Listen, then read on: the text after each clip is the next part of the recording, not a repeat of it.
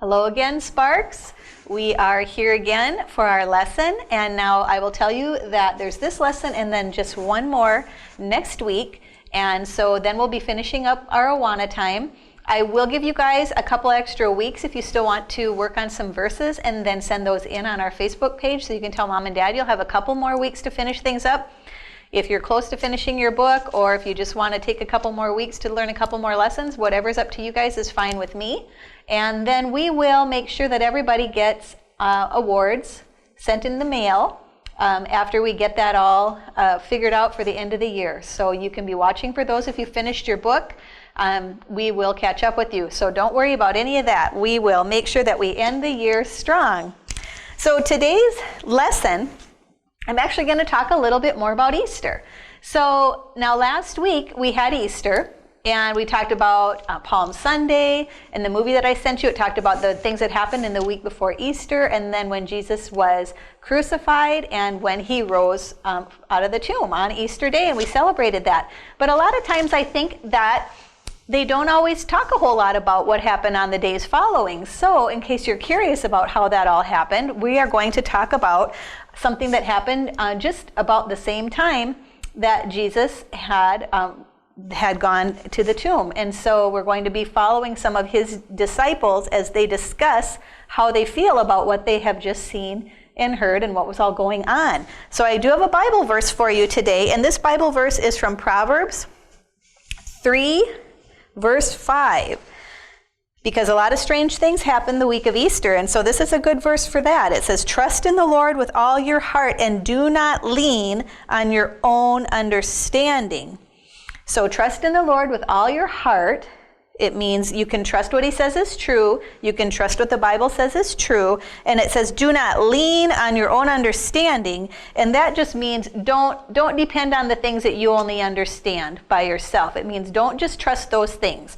And maybe, things that you hear other people say too. You should just always trust that the Lord is true and honest, and you can trust in him with all your heart. And when you start getting worried and nervous, sometimes that maybe means that you're just trying to trust the things that maybe you understand or how you understand it. And even as adults, sometimes we don't understand things quite right. And so we do get anxious and nervous too.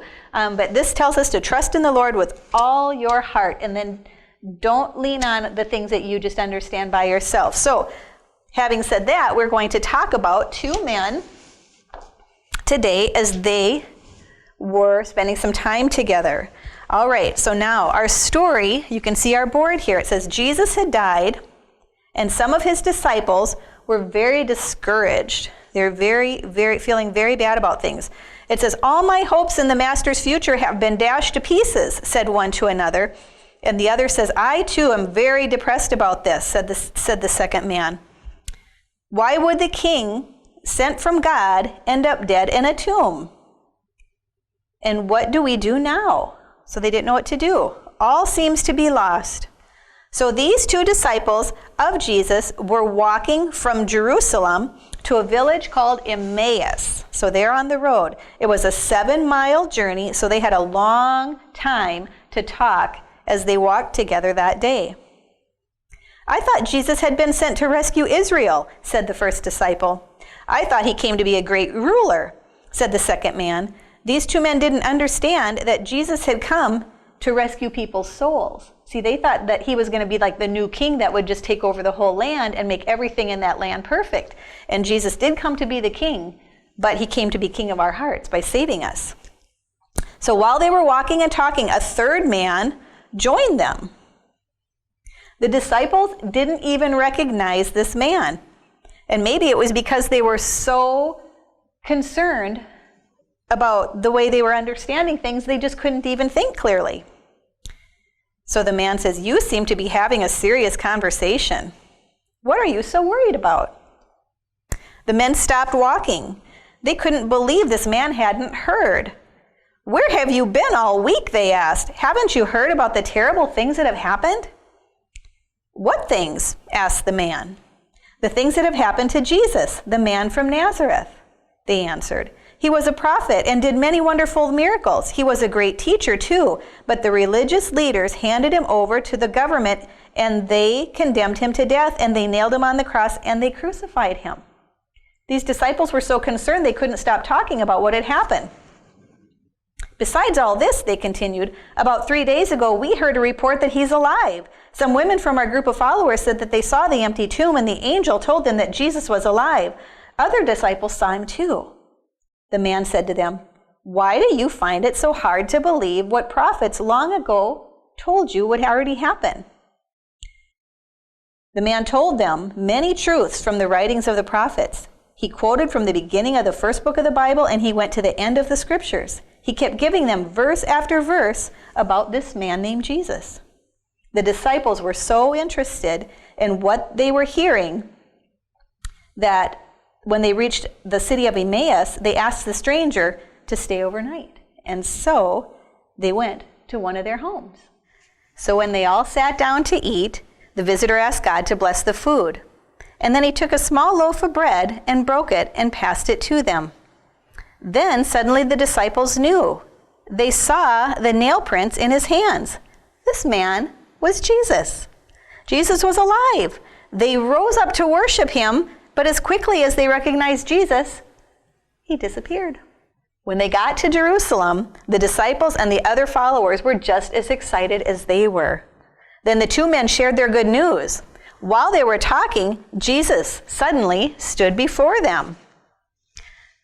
The disciples quickly forgot how happy they had just been. They were so frightened to actually see Jesus, they thought he was a ghost. Why are you so afraid? Asked Jesus. It is I am not a ghost. Touch me and see. Look at my hands with their nail marks and my feet where I was wounded. It was hard to believe, but Jesus was alive, just as he had promised. Okay, so now we know what happened on this day anyways with the disciples the days after Jesus rose from the tomb. So what I'm going to have you guys do, now this is kind of, if you were here, this would be more fun, but what I'm going to have you do at home is I want you to go to one side of the room that you're in and stand against the wall and make sure you have space to walk and to run, okay? So I want you to go to the wall, and when you're on this wall to start, you're in Jerusalem, just like the men were when they first started off. They left Jerusalem, and remember when they were walking, they were sad, they were, upset, they were kind of walking and talking at the same time, probably going a little slowly, maybe taking breaks, walking, and it was a long road. So I want you guys to start from Jerusalem, and you're walking slowly. So you can start walking slowly across the room, just like the men were. And then the stranger joined them, and they started talking some more, and he's telling them about different things that the Bible had said and asking why they're so upset. And they talked to the man, and they were so interested in what he had to say. And they got to Emmaus. Now you can walk to the other side of the room. Now you're in Emmaus. And they went to their home, and they sat down with this man that they still didn't know who he was. But then remember what happened? He broke the bread, and he gave them each a piece of bread, and then they realized, this is Jesus. He's right here with us. Oh my goodness, they were so excited. And then as soon as they were so excited, what happened? Jesus disappeared. But the men were still so excited. What did they want to do? They ran back to Jerusalem. So you can run from Emmaus all the way back to Jerusalem. And when you get to Jerusalem, the first thing you say when you get to that wall is, Jesus is alive. So let's walk again. Now you're back at Jerusalem.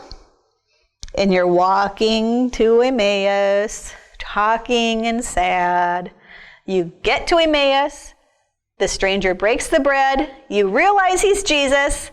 And he's gone, but you want to tell your friends, so now you can run back to Jerusalem and say, Jesus is alive. Good job. All right, you guys can play more of that later if you want to, and you can be as sad as you want on your way to Emmaus and be as excited as you want all the way back to Jerusalem. Maybe next time you skip or you hop or whatever you want to do. You can dance all the way back to Jerusalem. So that is our story for today.